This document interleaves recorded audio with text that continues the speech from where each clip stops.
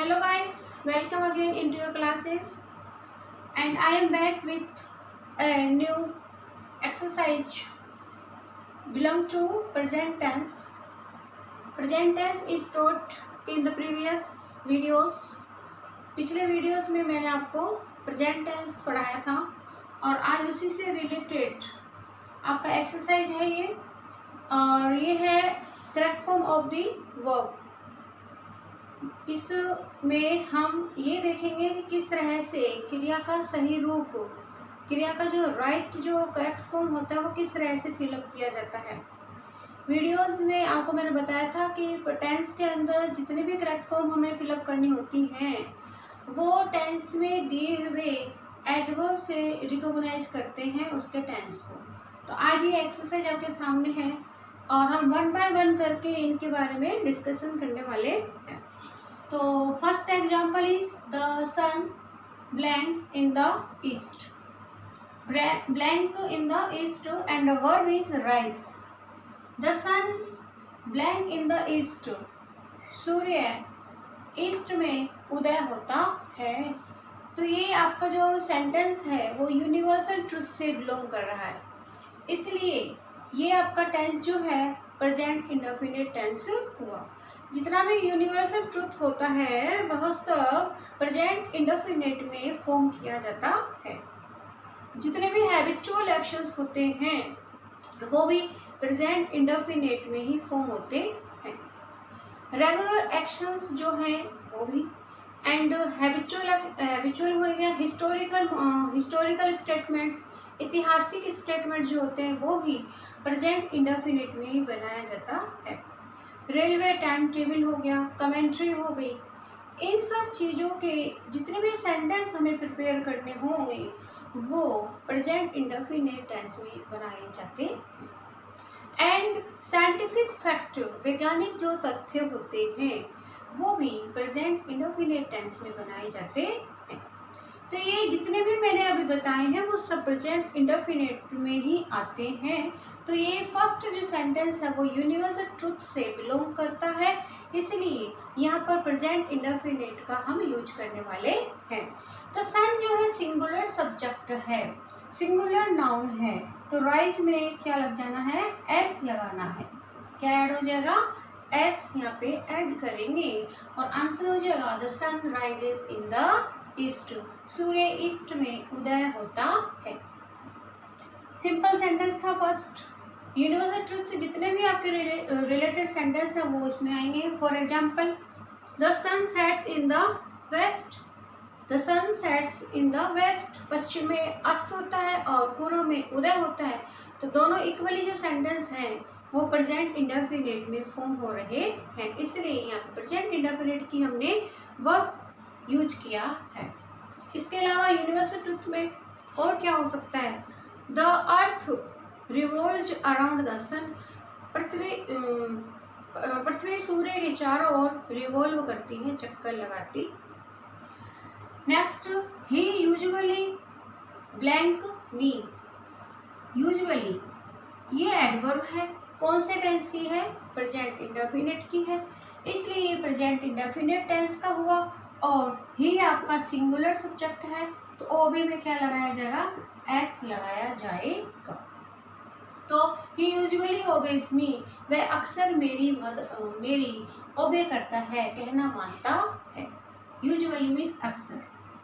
And third is now A days. इसमें जो adverb है वो क्या है, नाउ ए डेज, इन दिनों। अब नाउ ए डेज किस टेंस में यूज किया जाता है, प्रेजेंट कंटिन्यूअस में यूज किया जाता है, इसलिए हम यहाँ पर प्रेजेंट कंटिन्यूअस का वर्ब यूज करेंगे। वी आपका क्या है, प्लूरल सब्जेक्ट है, आर लगाएंगे और प्रिपेयर में ING लगाएंगे और ई जो है वो आपका हटा दिया जाएगा, रिमूव हो जाएगा, ओमिट हो जाएगा। We are preparing for exams. इन दिनों हम एग्जाम की तैयारी कर रहे हैं। एज वेल एज एक कंजक्शन है यहाँ पे। एडवर्ब यहाँ पर देखें तो क्या है, नाउ है। एडवर्ब नाउ है, तो नाउ किस में आया, प्रेजेंट कंटिन्यूअस में ही आया। नाउ किसमें आया, प्रेजेंट कंटिन्यूअस में ही यूज होता है। तो you as well as I late now, अब हमें पता चल गया ये प्रेजेंट कंटिन्यूअस का सेंटेंस है, तो हमें यहाँ पे जो वर्ब लगानी है कंटिन्यूअस के लगाएंगे, यहाँ मैं आर लगाऊंगी। लेकिन कुछ स्टूडेंट्स के माइंड में डाउट होगा कि आई के साथ एम यूज होता है। स्टूडेंट्स यहाँ पर आप देखिए एज वेल एज से टू आपके जो सब्जेक्ट है वो कनेक्ट हो रहे हैं। As well as is a conjunction and it connects to subject, ये दो सब्जेक्ट को कनेक्ट करता है, और जब ये दो सब्जेक्ट को कनेक्ट करता है then verb is applied according to first subject, पहले सब्जेक्ट के अनुसार वर्ब का यूज किया जाता है। तो यू के अनुसार हम आर यूज कर रहे हैं, आई के अनुसार नहीं। Are getting late now, getting का टी डबल हो जाएगा यहाँ पे, क्योंकि टी के जस्ट पहले वोवल आ रहा है। कॉस्ट ऑफ द थिंग्स, यहाँ पर इस चीज को सभी स्टूडेंट्स अच्छे से याद रखें, ये टॉपिक सब्जेक्ट वर्ब एग्रीमेंट से बिलोंग करता है। जहाँ आपको ये सेंटेंस दे देगा और यहाँ पे आपसे वर्ब पूछेगा तो आपको आर यूज करनी होगी, एम नहीं, according to the rule. Like this one sentence is the cost of the things, the cost of these things, इन वस्तुओं की कीमत रिसेंटली ब्लैंक के बाद फिर वर्ब है इंक्रीज, रिसेंटली हाल ही में, रिसेंटली इसकी एडवर्ब है, हाल ही में, और ये प्रेजेंट परफेक्ट में यूज होती है, इसलिए प्रेजेंट परफेक्ट की वर्ब यूज करेंगे तो कॉस्ट के साथ है जाएगा। अब यही सब्जेक्ट वर्ब एग्रीमेंट यहाँ पर भी लागू हो रहा है। कैसे, थिंग्स जो है आपका प्लूरल है, लेकिन हमें थिंग्स को नहीं देखना है, हमें कॉस्ट को देखना है। जब दो वर्ड्स आपके किसी प्रेपोजिशन ऑफ से ऐड हो रहे हैं तो आपका जो वर्ब है वो ऑफ से जस्ट पहले वाले वर्ड के अकॉर्डिंग यूज होगा, ना कि ऑफ के जस्ट बाद वाले वर्ड के अनुसार। तो यहाँ पर हम कोस्ट के अकॉर्डिंग वर्ब यूज कर रहे हैं, सिंगुलर है, कोस्ट अनकाउंटेबल है, so we are using here has, right. And recently है, हैज हो गया, third form increased, third form increased, third form increased हो जाएगा। कॉस्ट ऑफ दीज थिंग्स, इन चीज़ों की कीमत जो है वो लगातार क्या हो रही है, बढ़ रही है। यहाँ पे कॉस्ट लिखा है, अगर हम कॉस्ट में ऐसे लगाएंगे तो क्या हो जाएगा, है हो जाएगा, फिर क्या हो जाएगा, है हो जाएगा। The cost of these things have recently increased, cost के ऊपर डिपेंड करता है आपका हैज और have. I these lectures for last 15 days, यहाँ आ रहा है फॉर, यहाँ आ रहा है आपका time, period of time, for is used before period of time. तो पीरियड ऑफ टाइम को यहाँ पे इंडिकेट कर रहा है, फॉर यूज हो रहा है, ये आपका सिंस फॉर प्लस टाइम या ऑल प्लस टाइम दिया हुआ है तो प्रेजेंट परफेक्ट कंटिन्यूअस होता है। तो यहाँ हम यूज करेंगे have been, have been, give का गिविंग, गिव का गिविंग, ये हट जाता है आईएनजी लगाते समय। तो I have been giving these lectures for last 15 days, मैं ये लेक्चर पिछले 15 दिनों से दे रही हूँ। रिया दिस क्लास सिंस 15 में, रिया इस क्लास को, अब यहाँ फिर से देखिए सिंस प्लस टाइम दिया हुआ है, यहाँ पे पॉइंट ऑफ टाइम को शो किया जा रहा है, पॉइंट ऑफ टाइम को सिंस से शो किया जाएगा और पीरियड ऑफ टाइम को फॉर से शो करते हैं। तो यहाँ रिया के साथ हैज बीन यूज हो रहा है, Riya has been taking, Riya has been taking this class since 15 में, रिया इस क्लास को 15 मई से ले रही है। My husband to take tea in breakfast. Verb नहीं लिखा, सॉरी, राइट, लाइक, यहाँ पे लिखेंगे लाइक। अब यहाँ पे हम लाइक में एस लगाएंगे। My husband likes to take tea in breakfast. मेरे पति को ब्रेकफास्ट में चाय पसंद है। तो ये रेगुलर एक्शन हो गया, हैबिचुअल एक्शन हो गया, उनकी हैबिट है वो ब्रेकफास्ट में चाय पसंद करते हैं। So I am applying her present indefinite tense. Next sentence is please dot in come. Come आ रहा है, यहाँ पर प्लीज दिया हुआ है। प्लीज के जस्ट बाद में ऑटोमेटिक V1 यूज होता है। प्लीज के जस्ट बाद में V1 का यूज किया जाता है। This is an imperative sentence. This is an imperative sentence. यह एक इम्परेटिव सेंटेंस है और इम्परेटिव सेंटेंस में V1 base form, bare infinitive form का ही यूज होता है। तो इस तरह से हमने इन सेंटेंस के माध्यम से करेक्ट फॉर्म को क्लियर करने की कोशिश की। तो जितने भी एडवर्ब्स हमने प्रीवियस वीडियोस में दी हैं वो adverbs, main verbs and helping verbs, ये सारी चीज़ें आप अच्छे से बार बार देखें, कॉपी में नोट भी करें, नोट्स बनाएं और लर्न करें और फिर उनकी एक्सरसाइज हल करें। ये जितने भी एग्जाम्पल्स हैं, these are very important examples. ये सभी एग्जाम्पल्स किसी न किसी एग्जाम में आ चुके हैं, तो इन्हें आप बार बार रिवाइज करें। अब हम इसी एक्सरसाइज को नेगेटिव सेंटेंस में चेंज करें तो किस तरह से चेंज करेंगे। नेगेटिव सेंटेंस बनाने के लिए हमें नोट का प्रयोग थर्ड प्लेस पर करना होता है। कौन से स्थान पर होगा?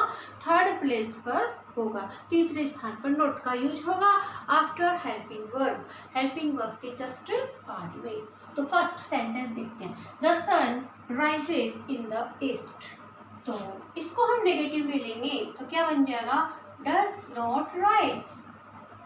Does not rise. सिंगुलर है तो डज का यूज करेंगे, प्लूरल है तो डू का प्रयोग करेंगे और वहाँ पे do not plus V1 use हो जाएगा। We usually always in this singular, so we apply here does not, always। ये इनके नेगेटिव सेंटेंस फॉर्म हो रहे हैं, ट्रांसफर किया जा रहा है। Are preparing, are not preparing, are not preparing, not लग जाएगा जस्ट आर के बाद। And as well as I are के बाद में क्या हो जाएगा? Are not getting, are not getting।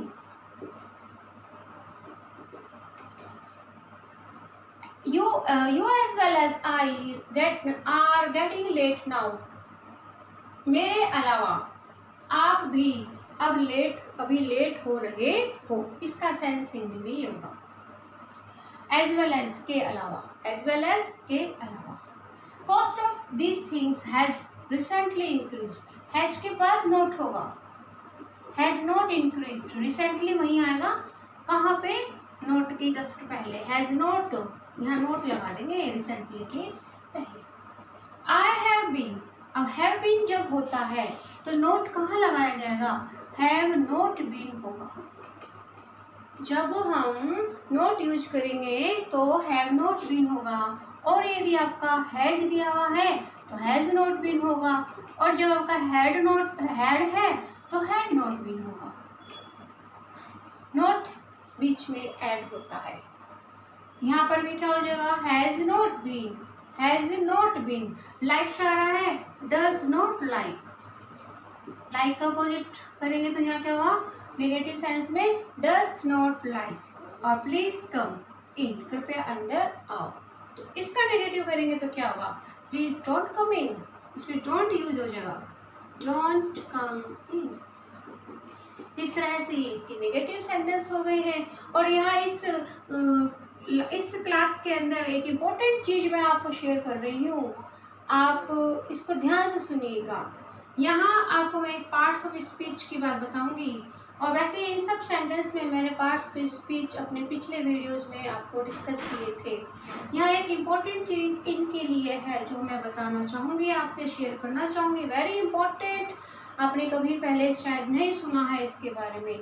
यहाँ पे इन जो है प्रपोजिशन नहीं है, यहाँ पे इन जो है एडवर्ब है। इन जो है यहाँ पर एडवर्ब के रूप में कार्य कर रही है, क्योंकि इन जो है कम को मॉडिफाई कर रही है। कम एक वर्ब है और जो शब्द वर्ब को मॉडिफाई करते हैं उसे क्या बोलेंगे, एडवर्ब बोलते हैं। और ये इन यहाँ पर एडवर्ब हो गई। In is not preposition in this one sentence. इस सेंटेंस में जब क्रिया को मॉडिफाई करती है वो एडवर्ब हो जाती है। जब वो किसी के कंट्रोल में काम करने के लिए आपको कहता है तो वो वहाँ इन जो है नाउन हो जाता है। जब वो नाउन की विशेषता बताता है वो एडजेक्टिव हो जाता है, राइट। और यहाँ पर इन एडवर्ब के रूप में यूज हो रहा है, न कि प्रपोजिशन के रूप में। वेरी इंपॉर्टेंट थिंग है यहाँ पर, इसको नोट कीजिएगा, इसको माइंड में भी रखिएगा। इस तरह से कई एग्जाम्पल्स, इम्पोर्टेंट चीज़ें आपको हर वीडियोस में बारी बारी आपको मिलती रहेंगी। आप पेशेंस के साथ हमारे वीडियोस को, हमारे चैनल को बार बार देखें और शेयर करें, सब्सक्राइब जरूर करें। Thank you.